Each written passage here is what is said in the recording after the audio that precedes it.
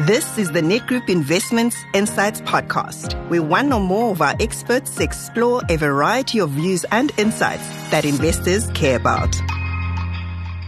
Welcome back to Retirement Reimagined. In our last episode, we explored why equity exposure is so important while saving for retirement. Today, we're flipping the lens to look at why it's just as crucial once you've actually retired. I'm Trevor Garvin, and joining me again in the studio is Sunay de Villiers. Welcome back, Sunay. Thanks, Trevor. It's good to be back.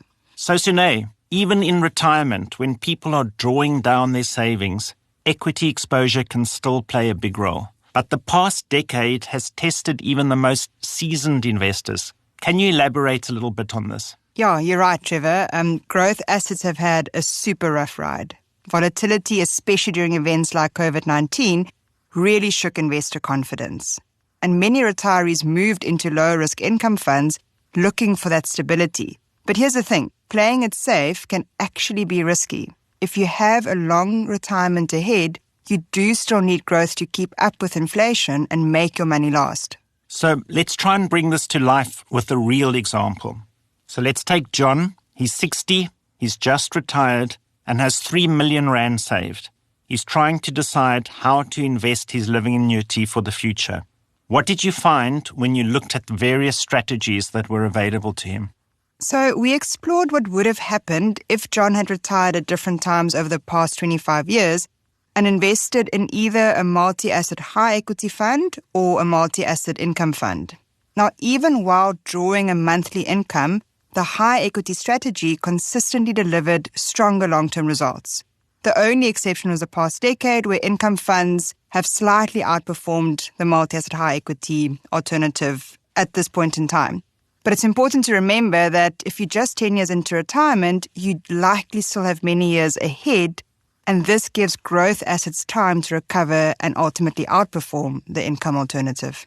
That's quite an impressive outcome, but I imagine the early years of retirement can feel pretty uncertain. How should retirees think about that phase? That's such an important point, Trevor. So in the 25-year scenario, for example, John's multi-asset high equity portfolio actually underperformed for the first 6 years. And again, around year 9, the multi-asset high equity solution was behind what he would have had if he was in a multi-asset income solution. But by staying invested and trusting the long-term fundamentals, John's multi-asset high equity portfolio didn't just recover, it grew significantly and is now ahead of what he would have had he switched to the multi-asset income alternative.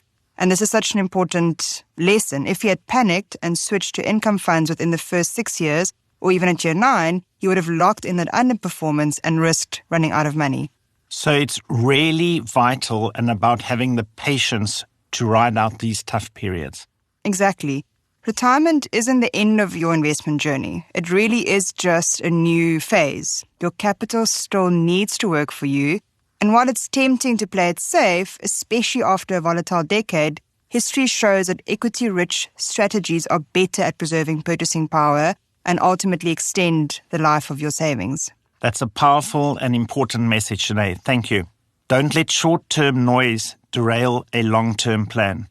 Thanks again, Sunay, for your insights, and thank you to our listeners for joining us. In our next episode, we'll explore why equity exposure is the real safety net, before and after retirement. This podcast is for marketing purposes only. The information contained in the podcast or video was for information purposes and does not constitute advice, recommendation, or an offer or solicitation to purchase or sell any funds or strategies to any person in any jurisdiction in which the offer, recommendation, or solicitation to purchase would be unlawful.